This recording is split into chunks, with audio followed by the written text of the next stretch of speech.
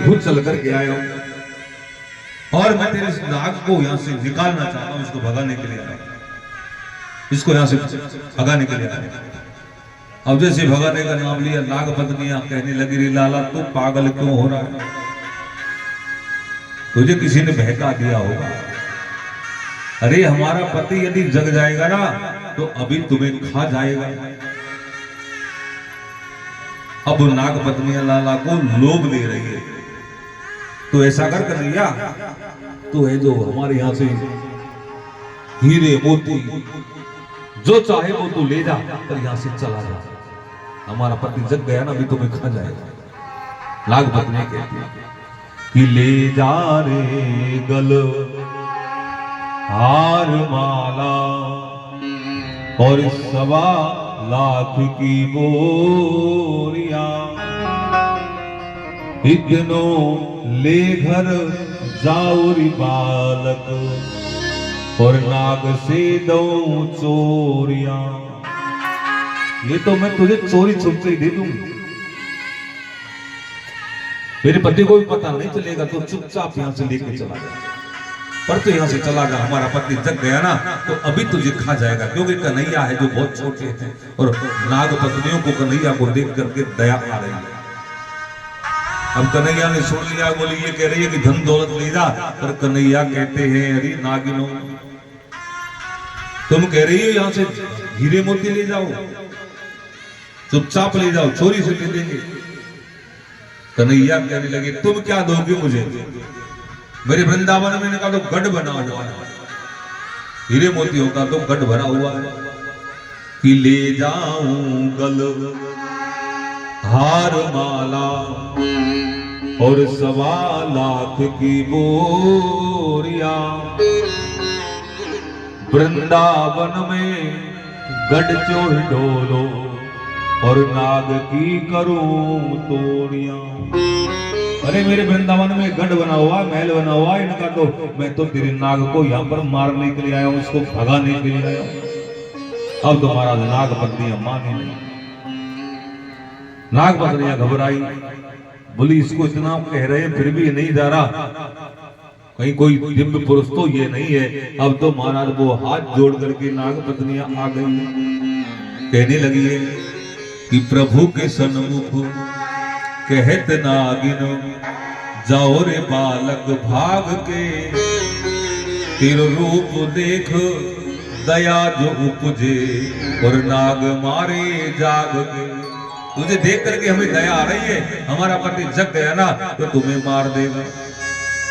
अब कन्हैया से कहा कि भाग जा, तो कन्हैया कहते अरे नागिनो, तुम मेरे से भागने के लिए कह रही हो, अगर मैं भागूंगा ना तो मेरे कुल का दाग लग जाएगा, इसलिए मैं भागूंगा नहीं, जो होगा सो देखा जाएगा।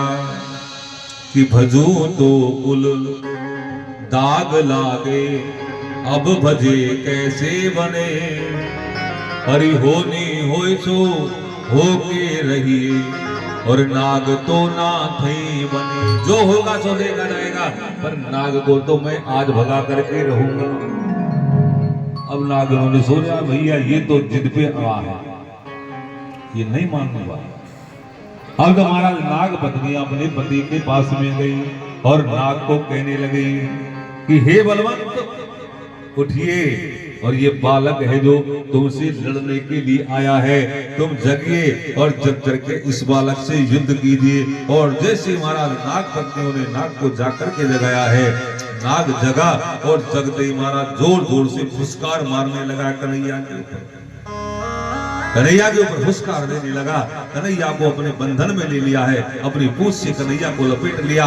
पर महाराज वो तो भगवान है, उनको कौन बंधन में ले सकता है। भगवान ने छोटा रूप किया और बंधन से निकल गए और निकल करके उसके फन के ऊपर चढ़ गए, और फन के ऊपर चढ़ करके भगवान अपने पैरों से उसके फन को दौचने लगे हैं, इस पर मारने लगे हैं। नाग घबराया है और घबरा करके अब तो नाग हाथ जोड़ करके भगवान की प्रार्थना कर रहा है। एक तरफ नाग पत्नियां खड़ी है और नाग है जो हाथ जोड़ के प्रार्थना कर रहा है, नमस्तुभ्यं भगवते पुरुषाय महात्मने भूतावासाय भूताय पराये परमात्मने। हाथ जोड़ करके प्रार्थना कर, हे प्रभु मुझे क्षमा करो। भगवान ने कहा क्षमा कर दूंगा, पर ये छोड़ करके चला जाए यमुना जी को यहाँ से। पता तो यहाँ रहने से यमुना जी का सारा जल दूषित हो गया, जहरीला हो गया, कोई पी नहीं सकता इसको। नाग ने कहा महाराज जाऊं तो कहां जाऊं, एक यही तो जगह मुझे सुरक्षित थी, बाहर जाता हूं तो गरुड़ जी मुझे खा जाते हैं, और यहाँ रहता हूं तो तुम मुझे नहीं रहने देते, मैं जाऊं कहां जाऊं। भगवान ने कहा चिंता मत कर, तेरे माथे पर मैं अपने पद चिन्ह रख देता हूं, जब तू बाहर जाएगा तो गरुड़ इन पद चिन्हों को देखेगा, फिर तेरा है जो कुछ नहीं बिगाड़ेगा। तो ऐसा कर रमणक द्वीप में चला जा। और महाराज भगवान कालिया नाग के मस्तक पर नृत्य करने लगे, और नृत्य करते करते भगवान है जो वापस यमुना जी के जल से बाहर आ गए, और वो कालिया नाग है जो उस यमुना जी के जल को छोड़ करके सीधा रमणक द्वीप में चला गया।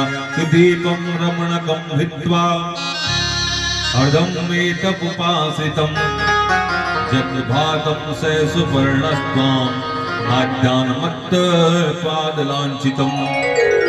बोले वो यमुना जी को छोड़ करके रमणक द्वीप में चला गया।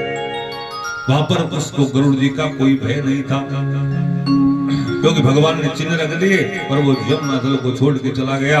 और वो यमुना जी में आकर के इसलिए रहने लगा था कि यमुना जी में गरुड़ जी नहीं आ सकते थे। क्यों?